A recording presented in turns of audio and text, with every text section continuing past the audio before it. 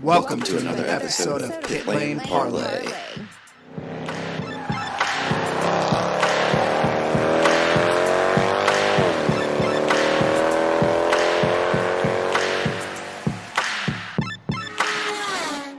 Welcome to another episode of Pit Lane Parlay. I am your host, Mike Jokum. Joining me today, both from the Wayne Taylor Racing crew, is Shawn Ford and driver Ashton Harrison.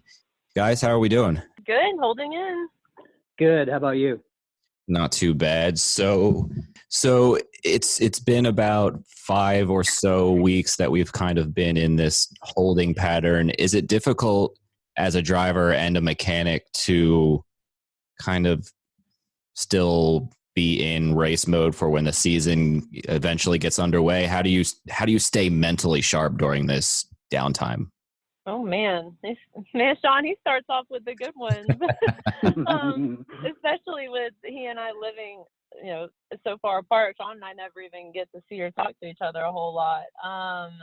So, I mean, for me as a driver, at times it can be very challenging because you're kind of tuned up, ready to go, and then they pull the race from you, and you're like, okay, it really sucks, but let me try to find the positive out of this. I've got more time to train. I can just be on my game when the time comes. And like you said, it's been 5 to 7 weeks. So at this point, we're like, okay, I'm starting to run out of the things that I typically do to keep myself motivated and prepared. Not that we're not going to be ready to go whenever we're got the green light, but that we really, at this point as a driver, when the time does come, we have no excuse but to be overly prepared because we've had all the time to be doing such things to put us in the position to be ready to go. But I mean, for me, I've just been training super hard and trying to not lose my sanity in this quarantine.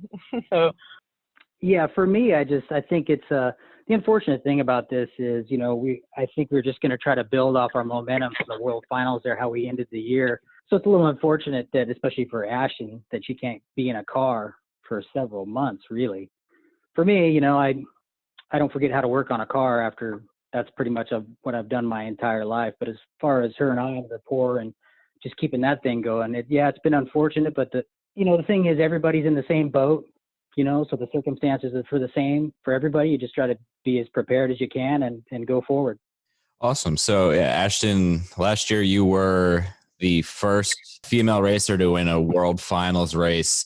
What was that like to win over in Spain in the Lamborghini car? Yeah, so it was awesome. I really, it's hard to even explain how great it was because, and I'm sure Shawn probably feels the same way because it was such I don't want to say the year was challenging. It was mentally challenging at times. And we were kind of getting to a point where we're like, oh my God, we've got to do this. Like, I have no excuse but to win.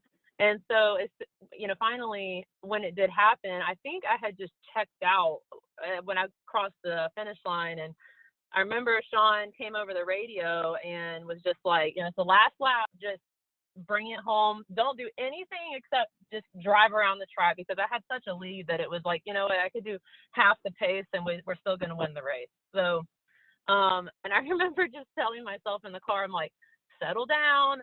There's no reason to be worked up right now. Cause your heart rate, it feels like it's at 300 beats a minute because you're just, oh my God, it's about to happen finally. And I think I remember crossing the finish line and I was like on the radio, like, oh my God, just thinking I'm blowing the ears out on the guys with the headsets because I'm just so excited over the radio. I mean, it was rewarding. I hate all the challenges we had throughout the year, but that topped all of it. And then at the end, we come in and we get out the car, and I remember I just was like looking at Shawn. I really couldn't tell how either of us felt, except for the fact that we were just relieved. We were just so relieved it was finally done. And we could breathe. We finally won a race after such a year. And then I remember I couldn't get my helmet off fast enough, and I just threw it at Shawn because I was like, get this helmet off of my head. Yeah, for me, I mean, I just have to say that I would just sort of echo what Ashton's saying. I mean, it was such a relief because for one reason or another, you know, there's some things that kind of happened during the course of the year, and we just couldn't quite get it done for one reason or another. So as someone that's, you know, running a car and you know that you have a winning car, you know you have a winning driver, and the weekends come and go and they just click off and you don't have that many opportunities to begin with. I mean, everybody's like, hey, you know, you should be happy, smile. I'm like, oh, thank God. You know, I mean, because Right. Ashton's such a talent and she should have had this happen for her a long time ago. So for me personally, it was a huge relief for me. Awesome. Yeah, I definitely understand that. So, Shawn, over to you. You started your motorsports career back in 2000 in the Funny Car Series. Worked a couple years with Graham Rahal and Rahal Letterman Lanigan Racing. So, how do you go from funny cars to open wheel cars to Lamborghini Super Trofeo Series? How did that unfold? You know, I think I had kind of, as far as NHRA goes, you know, I don't know. I mean, overall, I've incredibly fortunate. I mean, I worked with some fantastic guys on some fantastic teams. I worked for Alan Johnson, Don Perdome, Michael Andretti, Bobby Rahal. So I've been extremely fortunate. And now I'm here with Wayne Taylor. So, you know, I think you just get to a point, like as far as the NHRA side goes, I had kind of accomplished, I think, all that I could. And, you know, for anybody that doesn't know really exactly about NHRA, it is an incredible grind. I mean, it's 24 races a year. You're not home a whole lot. And it's manual labor, man. Everything that you pick up on a top fuel car seems like it weighs 100 pounds. So I think I just got to the point where I'd accomplished all I could. And I just wanted a new challenge. So I moved over to IndyCar, did that for several years. And now I'm here. So what's it like compared to, you know, the last handful of years you working on an open wheel car, now working on a Lamborghini?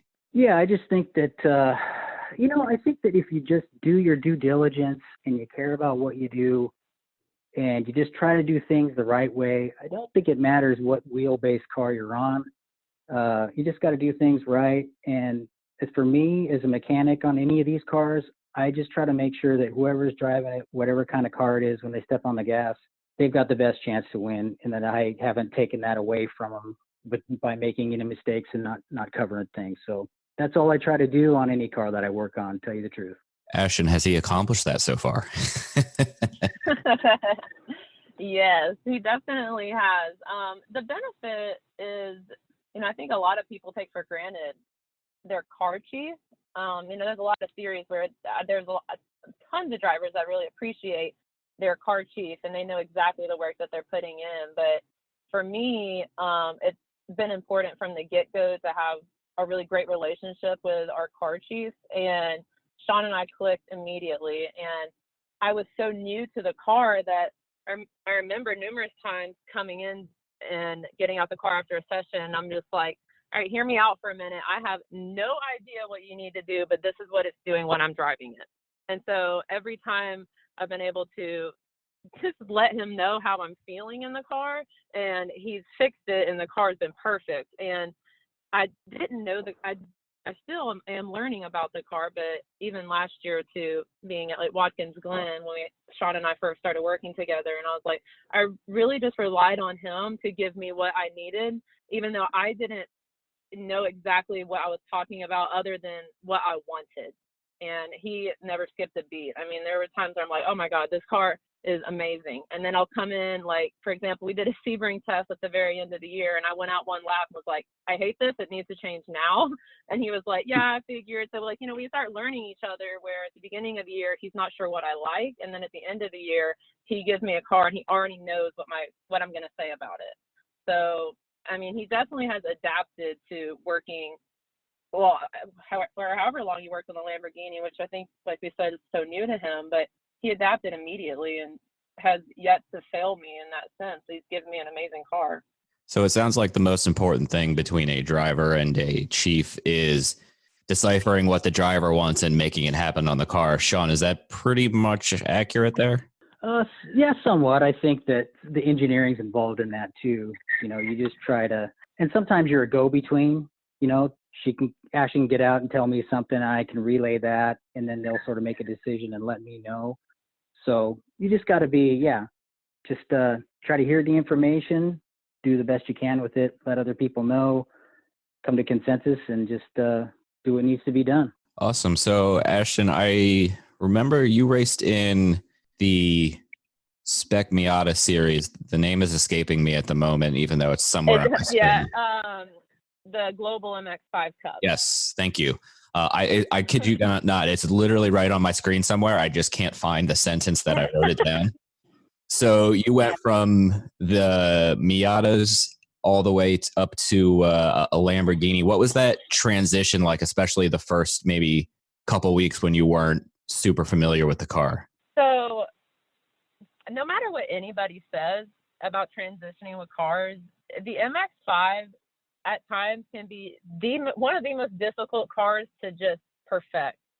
They're very challenging. They teach you how to set up the car. They teach you how to control, an erratic car, something that is just off the wall terrible, and then something that's amazing and learning to just swing it into the corner as quickly as possible.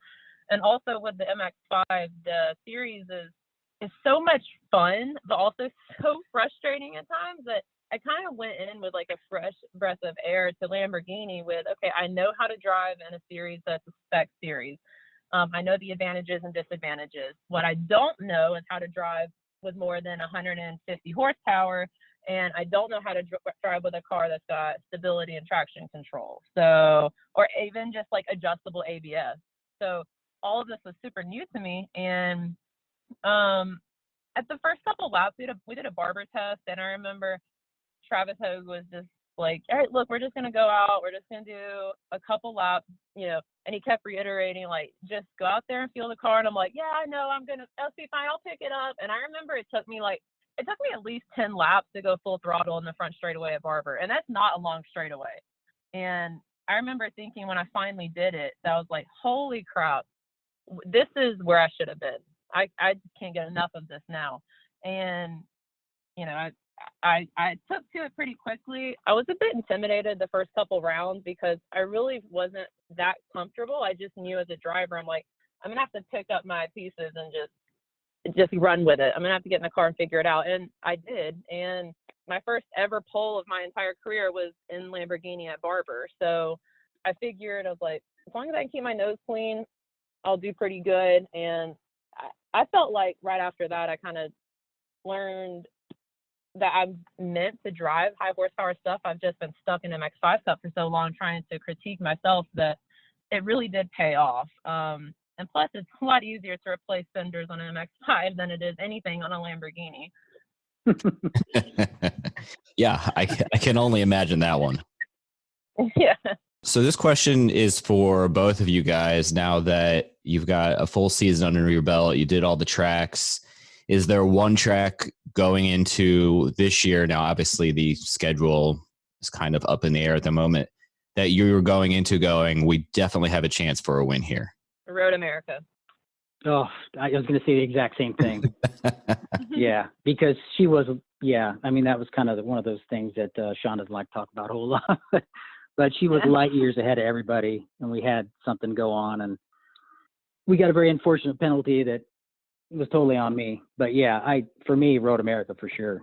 Yeah, I think Road America is pretty much one of those tracks that no matter what question it comes up in is always a good answer. Oh yeah, and the cars are so fun there. They're so fast. And for me, and this doesn't matter if you're like a male or a female. We always kind of go off you're being just a driver in general. But I feel like a track like that in Watkins Glen is where the driver really shows, because I felt like as soon as we went out there, I was like, man, all I want to do is sling this car through the corner faster than anybody else, because that's all we did in MX5 Cup, because those cars have no speed. That all I wanted to do was be the fastest I could in the corners.